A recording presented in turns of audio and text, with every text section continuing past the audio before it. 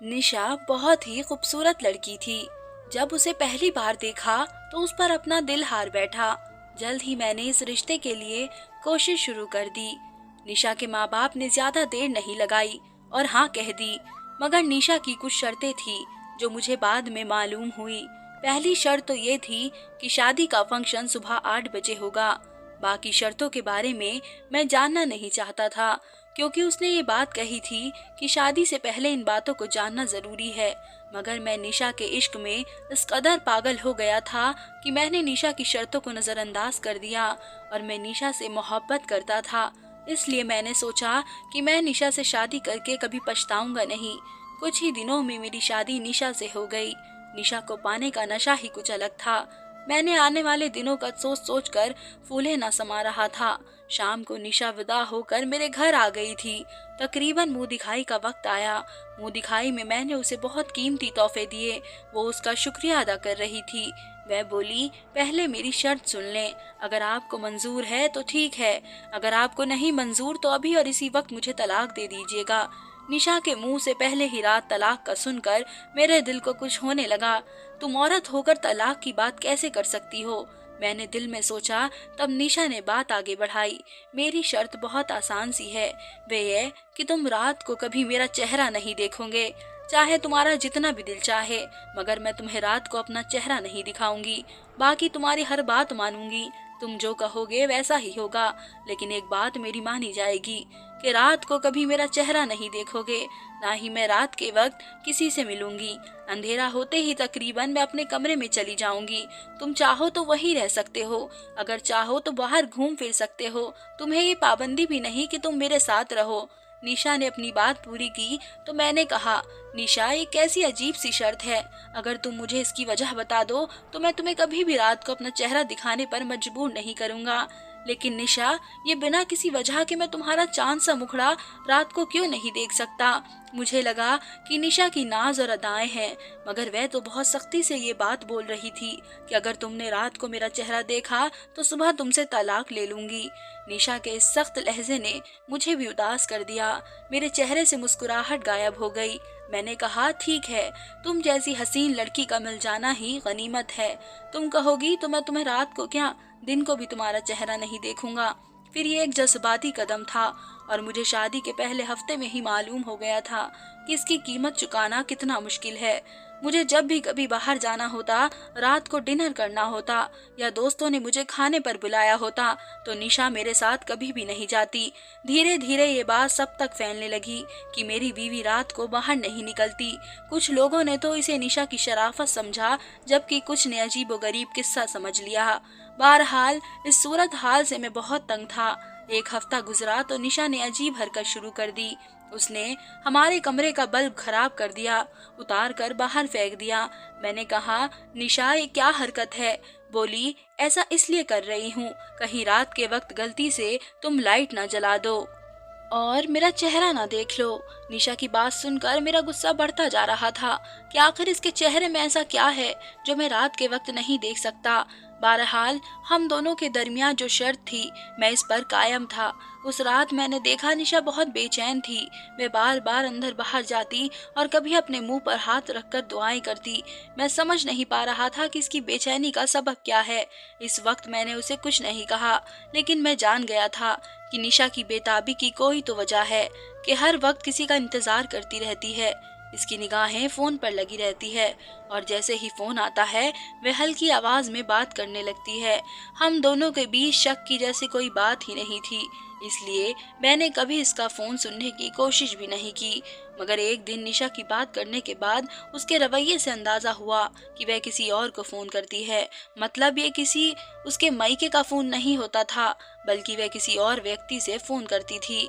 निशा ने जब फोन पर बात की तो मैंने किसी आदमी की बात सुनी थी, जिससे अंदाजा होता था कि निशा किसी गैर मर्द से बात करती है। अब तो जैसे मेरी जिंदगी का सुकून उड़ गया। बीवी खूबसूरत तो थी, मगर खूबसीरत ना थी। मैंने सोचा अब निशा पर भरोसा करने की बजाय पूरे मामले पर पहुंचने की कोशिश करूंगा और निशा का चेहरा भी रात के वक्त ही देखूंगा, ताकि मुझे समझ आए कि आखिर मामला क्या है। एक दिन मैं ऑफिस से जल्दी आ गया। निशा टहल रही थी। उसकी बेचैनी उसके चेहरे पर साफ दिख रही थी। मुझे अंदर आता देखकर वो मुझसे बोली, आप इस वक्त, आप तो रात को 8 बजे आते हैं, आज जल्दी क्यों आ गए? उसकी हैरानी देखकर मुझे और गुस्सा आया, तो मैंने कहा, क्यों? तुम मेरे जाने के बाद ऐसा क्या करती हो जो मेरे आने से तुम्हें इस कदर हैरानी हो रही है? नहीं नहीं, ऐसी कोई बात नहीं। उसी वक्त दरवाजे पर बेल बजी। मैंने निशा को देखा। निशा का रंग पीला पड़ गया।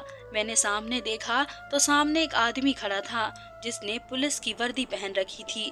उस टाइम मेरे सामने कोई और होता तो मैं शक करता, मगर इंस्पेक्टर को अपने सामने देखकर मेरा सारा गुस्सा ठंडा हो गया, क्योंकि वह इंस्पेक्टर मेरा दोस्त था। हम दोनों एक दूसरे को काफी अरसे से जानते थे और मेरी उससे बातचीत भी होती थी, मगर काफी अरसे से बातचीत नहीं हुई थी। मैं जानता हूँ वह हमारे ही इलाके में इंस्पेक्टर है, मगर मसरूफियत की वजह से दोनों की मुलाकात नहीं हो पाई थी। लेकिन यूँ अचानक उसको देखकर मुझे हैरानी हो रही थी, मगर उसने ज्यादा हैरत का इजहार नहीं किया। फौरन ही मेरे गले लग गया और बोला, कहाँ थे तुम यार? इतने अच्छे से मुलाकात नहीं हुई। उसका अंदाज तो बहुत ही नॉर्मल था। मैं उसे अंदर ले आया, मगर हैरान था कि मैं उसे अपने घर कभी नहीं लाया। फिर उसे कैसे पता चला कि मैं यहाँ रहता हूँ? बातों बातों में मैंने उससे पूछने की कोशिश की। बोला, यार ये भी कोई बात है? हम पुलिस वाले को अपने इलाके का हर एक बंदे का पता होता है, तुम तो फिर भी मेरे दोस्त हो। जिस अंदाज से निशा टहल रही थी, किसी न किसी का इंतजार कर रही थी, और अगर वह शख्स मेरा दोस्त इंस्पेक्टर अमन निकला तो अमन मुझसे मिलने का बहाना करने लगा। अब बात मेरी समझ में कुछ कुछ आ गई थी, मगर मैं जानना चाहता था कि आखिर अमन और निशा के बीच चल क्या रहा है, और इसलिए मैंने निशा पर शक करना छोड़ दिया। मेरे दिल पर जो भी बात होती मैं अपने दिल में ही रखता और निशा पर किसी किस्म का शक जाहिर न करता। और एक दिन मैंने सोचा कि अगर निशा मुझे धोखा दे रही है तो मैं भी उसके साथ ऐसा करूंगा कि उसने कभी सोचा भी ना होगा। दिल ही दिल में मैं दूसरी शादी की तैयारियां करने लगा, लेकिन पहले सोचा एक बार अपनी तरफ से सब कुछ ठीक कर लूं। उस वक्त मैंने निशा का चेहरा देखना था। मैं जानना चाहता था कि निशा उससे अपना चेहरा रात के बाद क्यों छुपाती है। उसके बाद इंस्पेक्टर अमन वाली बात भी सुलझ जाती। पहले उसके चेहरे को बेनकाब करना जरूरी था। रात के वक्त क्योंकि कमरे का बल्ब तो बंद होता था, सवेरे अपने पास छोटी सी टॉर्च रखी। निशा मेरे पास आई तो मैंने उसका बाजू थामा ताकि वह एंड वक्त पर भागने न पाए, और फिर अपनी जेब से टॉर्च निकालकर रोशनी उसके चेहरे पर जैसे ही की तो मेरी चीख निकलते निकलते रह गई। हैरत के मारे मुझसे बात ना हो रही थी। निशा, तुमने मुझे इतना बड़ा धोखा दिया, तुमने मुझे इतना बड़ा धोखा क्यों दिया? आखिर मुझसे इतनी बड़ी बात तुमने क्यों छुपाई? मैं तो तुमसे सच्ची मोहब्बत करता था, ऐसा करने की क्या जरूरत थी? मैंने नफरत से निशा की तरफ देखा। उसके चेहरे का रंग एकदम ही बदल गया। मैं आपको सब कुछ बता दूंगी, पहले मेरी बात सुन लीजिए। आपको मुझ पर जो भी शक है वह सब का सब दूर कर दूंगी। मैं जानती हूँ आपका दोस्त इंस्पेक्टर अमन। आप बैठिए पहले, मैं आपके सारे शक को दूर कर दूंगी। निशा रोते रोते मेरे पाँव पकड़कर बैठ गई। वह इस कदर रो रही थी कि मैं चाहकर भी उसे दूर न कर सका। मैंने कहा, बोलो निशा, क्या बात है? क्यों तुमने ऐसा किया? इंस्पेक्टर अमन से तुम्हारा क्या ताल्लुक है? क्योंकि मैंने सोच लिया था अगर तुम मुझे धोखा करोगी तो मैं भी दूसरी शादी कर लूंगा। उसे वह दुख दूंगा कि सारी जिंदगी भूल नहीं पाएगी। जब निशा ने जो बात सुनाई उसे सुनकर मेरा दिल भी उदास हो गया। आप तो जानते हैं हमारा घर किस कदर मॉडर्न है। मैंने जब भी होश संभाला तो अम्मी अब्बू को अपने से दूर ही पाया। वे मुझे नौकरों और नौकरानियों के रहमो करम पर छोड़कर खुद अपने अपने कामों में निकल जाते। मैं जब अम्मी से कोई बात करती तो मुझे पैसों की गड्डी थमा देती या फिर शॉपिंग करवाने ले जाती। मुझे तो ममता की जरूरत थी, मैं उनके प्यार की प्यासी थी, मगर मैंने कभी मेरी तरफ मुड़कर नहीं देखा। इस रवैये ने मेरे अंदर बहुत सारी महरूमियत पैदा की। पहले तो मैं अपने नौकर और नौकरानियों से दोस्ती करती, मगर फिर जब ये एहसास हुआ कि वह तो सिर्फ मेरे पैसे की अहमियत को समझते हैं, मेरे जज्बात की कदर नहीं करते, तो मैंने नौकर और नौकरानी से बात करनी खत्म कर दी। अब मेरी जिंदगी में भरपूर बदलाव आ गया था। मेरी माँ ने मुझे कभी भी अपने ऑफिस आने की इजाजत नहीं दी थी, हमेशा यही कहती कि मेरे ऑफिस आने से पहले मुझे बता देना, क्योंकि मेरे 1000 काम होते हैं, मैं तुमसे बात न कर पाऊंगी। पापा भी अपने कामों में मसरूफ रहते। मगर इस वक्त मेरा दिल बहुत मजबूर था, मैं उदास थी। सोचा अगर अम्मी को फोन करूंगी तो देर हो जाएगी। मैंने गाड़ी निकाली और अम्मी के ऑफिस चली गई। मगर जैसे ही ऑफिस के दरवाजे से अंदर दाखिल हुई, अंदर का मंजर देखकर मेरा दिल तड़प गया। मैं अपनी माँ के बारे में ऐसा सोच भी नहीं सकती थी, मगर मेरी माँ इस कदर रोशन ख्याल हो चुकी थी, उस एक लम्हे ने मेरे अंदर बगावत पैदा कर दी। मुझे उन औरतों से सख्त नफरत महसूस हुई जो लोगों को भलाई के सबक देती हैं, और खुद उनका किरदार किस कदर भयानक होता है कोई सोच भी नहीं सकता। अभी से नफरत हुई तो मेरी शख्सियत भी बदल गई। मैं नाइट क्लब्स में जाने लगी, कपड़े ऐसे पहनती कि हर कोई मेरी तरफ देखता ही रहता। अगर मैं इन सब में कुछ नहीं थी, मगर फिर भी ना जाने क्यों मेरी रूह को एक सुकून मिलता कि मैंने अपनी माँ से बदला ले लिया। हालांकि मैं खुद को नुकसान पहुंचा रही थी। अब मैं रात देर तक घर से बाहर रहती। मम्मी पापा को कोई खबर ना थी कि उनकी बेटी क्या कर रही है। मेरे कपड़े पहनने का ढंग बहुत बेहुदा हो चुका था और नाचना गाना मेरा शौक बन चुका था। एक रात मैंने इस कदर नशा किया कि मैं मदहोश होकर गिर पड़ी। ऐसे वाकयात में लड़कियां अपनी इज्जत खो बैठती है, मगर मैं इस मामले में खुशकिस्मत थी। सुबह जब मेरी आंख खुली, धड़कते दिल के साथ अपने पहलू में देखा तो बिस्तर पर कोई भी नहीं था। मैं एक अकेले कमरे में लेटी हुई थी। कमरे की सजावट से अंदाजा हो रहा था कि यह किसी मजहबी इंसान का ठिकाना है। और फिर जब वह लड़का मेरे सामने आया तो वाकई मेरा ख्याल साबित हुआ। उसके चेहरे पर दाढ़ी सजी थी, जबकि वह एक नौजवान लड़का था। मुझे देखकर उसने नजरें नीची कर ली। कहने लगा, कल रात मैं अपनी एक मजबूरी की वजह से नाइट क्लब गया था, वहाँ पर मुझे कुछ काम था। वहाँ मैंने आपको बेहोश पाया तो आपका ख्याल करते हुए अपने घर ले आया। उम्मीद है कि आप ठीक होंगी। चलिए मैं आपको आपके घर छोड़ आता हूँ। नौजवान पर मुझे सख्त गुस्सा आया। फिर उसका हुलिया ऐसा था कि मुझे उससे और भी नफरत महसूस हो रही थी। उस दिन तो वह मुझे घर पर छोड़कर चला गया। मुझे उससे बिल्कुल भी कोई हमदर्दी ना थी, ना ही मैंने उसका शुक्र अदा किया। शायद उसका हुलिया ऐसा था जिससे मेरी माँ ने हमेशा नफरत की थी, और ऐसी ही नफरत मेरे भी दिल में उस दाढ़ी वाले के लिए मौजूद थी। उस शख्स ने मेरा पीछा नहीं छोड़ा। मैं बार बार मेरे पीछे आता और कहता कि मैं तुमसे मोहब्बत करता हूँ। मेरी सहेली ने जब ये बात देखी तो बोली कि तुम उसे अपनी जान क्यों नहीं छुड़ा लेती, ये तो हर वक्त तुम्हारे पीछे आता है, तुम्हें तंग करता है। अगर ऐसा ही रहा तो बाकी लड़के तो तुमसे डरने शुरू हो जाएंगे। तुम इसका हुलिया तो देखो, कितना अजीब है। अपनी सहेली की बात सुनकर मैंने उसे सबक सिखाने की सोचा। एक दिन उसने मुझसे बात करने की कोशिश की तो मैंने उससे कहा कि तुम बहुत बहादुर हो, तो मेरी सहेलियों के सामने खुद को साबित करना, तब हो सकता है कि तुम्हारा काम बन जाए। मेरी बात सुनकर वह बहुत खुश हुआ। अगली रात जब मैं नाइट क्लब से निकल रही थी तो मुझे मेरे सामने ही दिखाई दिया। उसकी नजरें झुकी हुई, वे मेरी मोहब्बत में वहां आया था। मैंने पुलिस को खबर कर रखी थी। यह शख्स रोजाना मुझे हैरस करता है। मैंने इसी वक्त कॉल मिलाई और पुलिस 2 मिनट के फासले से चलकर हमारे साथ आ गई। उन्होंने लड़के को हथकड़ी लगाई और पुलिस उसे ले गई। मैं अपनी सहेलियों के साथ खिलखिलाकर हंसने लगी। मुझे अंदाजा नहीं था कि इस कदर बेवकूफ निकलेगा। बहरहाल इसको थाने पहुंचाकर मेरे दिल को सुकून पहुंचा। मगर फिर अगले दिन सहेलियों के भड़काने पर इसकी हालत मालूम कर लूं, मैं थाने चली गई। मगर थाने पहुंचकर जैसे मेरा कलेजा ही कट गया हो। पुलिस वालों ने मार मार कर उसका बुरा हाल कर दिया था। वह बहुत तकलीफ में लग रहा था। चेहरे पर खून के निशान थे, जबकि उसकी आंखें सूजी हुई थी। उसे देखकर मुझे बहुत अफसोस हुआ। इसकी आंखों में मोटे मोटे आंसू थे।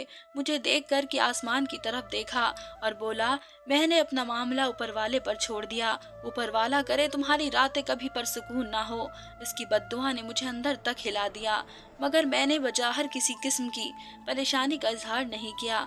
तकरीबन सुबह के 7 बज रहे थे जब मैं अपनी सहेलियों के साथ उससे मिलने गई थी। हम लोगों की आदत थी, हम लोग सारी सारी रात जागते और दिन के वक्त सोते थे। हालांकि इस दिन मैं शाम को सोकर उठी तो मुझे अपने चेहरे पर जलन सी महसूस हुई। मुझे लगा कि शायद गर्मी की वजह से ऐसा हो रहा होगा, मगर ये जलन बढ़ती ही गई। यहाँ तक कि रात 8 बजे जब मैंने शीशे में अपना चेहरा देखा तो अपने दानों से भरा चेहरा देखकर मेरी चीख निकल गई। मुझे अपने आप को देखकर रोना आ रहा था। सुबह के वक्त मैं सोई होती थी। सोचा कि इसी वक्त अस्पताल चलती हूँ। डॉक्टर से दवा ले आऊंगी ताकि ये मुसीबत जल्द से जल्द मेरी जान छोड़ दे। एक डॉक्टर ने मुझे एक दवा दी जिसे लगाने के बाद मुझे कुछ आराम महसूस हुआ और सुबह होते ही मेरे सारे दाने खत्म हो गए। मैंने खुदा का शुक्र अदा किया, मगर अगली रात फिर वैसा ही हुआ। शाम के वक्त मेरे चेहरे पर ऐसे दाने निकले कि मारे तकलीफ के मेरे बात करना मुश्किल हो गया। मैंने डॉक्टर से जाकर अच्छी खासी बहस की कि उसने मुझे गलत दवा दी है, मगर फिर 2-3 डॉक्टर को दिखाने के बाद मुझे मालूम हो गया कि मैं ये बीमारी इतनी आसानी से मेरी जान नहीं छोड़ेगी जितना मैं समझ रही हूँ। इसके बाद मैंने क्या क्या नहीं किया, मगर ये निशान खत्म नहीं हुए।